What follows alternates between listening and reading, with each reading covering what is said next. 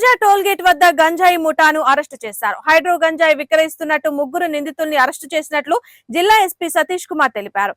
Mangalagiri rural police station లో జరిగిన విలేకరుల సమావేశంలో ఆయన మాట్లాడారు. ఈ సందర్భంగా ఆయన మాట్లాడుతూ నిందితుల్లో ఒకరు పశ్చిమ గోదావరి, ఇద్దరు విశాఖపట్నానికి చెందిన వారన్నారు. కాజా టోల్ గేట్ వద్ద వారిని అదుపులోకి తీసుకుని 500 గ్రాముల గంజాయి, 2 కార్లను సీజ్ చేశామన్నారు. DSP Murali, CI Srinivasarao, SI ఈ కార్యక్రమంలో పాల్గొన్నారు. మన గుంటూరు డిస్ట్రిక్ట్ పోలీసు తర్వాత ఈగిల్ కలిపి జాయింట్ ఆపరేషన్గా మనకి గంజా ట్రాన్స్పోర్టేషన్ అవుతుంది అనే ఇన్ఫర్మేషన్ మేరకు మన కాజా టోల్ ప్లాజాలో మన డికాయ్ ఆపరేషన్ చేయడం జరిగింది. దాంట్లో మనం ఇందుకూరి రామకృష్ణ రాజు, తర్వాత ఊరుగంటి అనిల్ కుమార్, తర్వాత నాగరాజు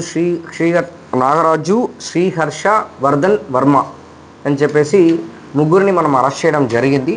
2 కార్ కూడా సీజ్ చేయడం జరిగింది. దీంట్లో ఎవరు అక్యూజ్డ్ 1 ఉన్నారో వాళ్ళు వెస్ట్ గోదావరి, రిమైనింగ్ అందరు ఇద్దరు కూడా విశాఖపట్నం. దీంట్లో అక్యూజ్డ్ 1 ఇంతుకూరి రామకృష్ణరాజు, తర్వాత అక్యూజ్డ్ 2 ఊరుకంటి అనిల్ కుమార్, ఇద్దరు కూడా వెస్ట్ గోదావరిలో సంక్రాంతి టైంలో పరిచయం ఏర్పడింది. దాని తర్వాత ఇద్దరు కూడా ఫ్రెండ్స్గా ఉంటున్నారు. సో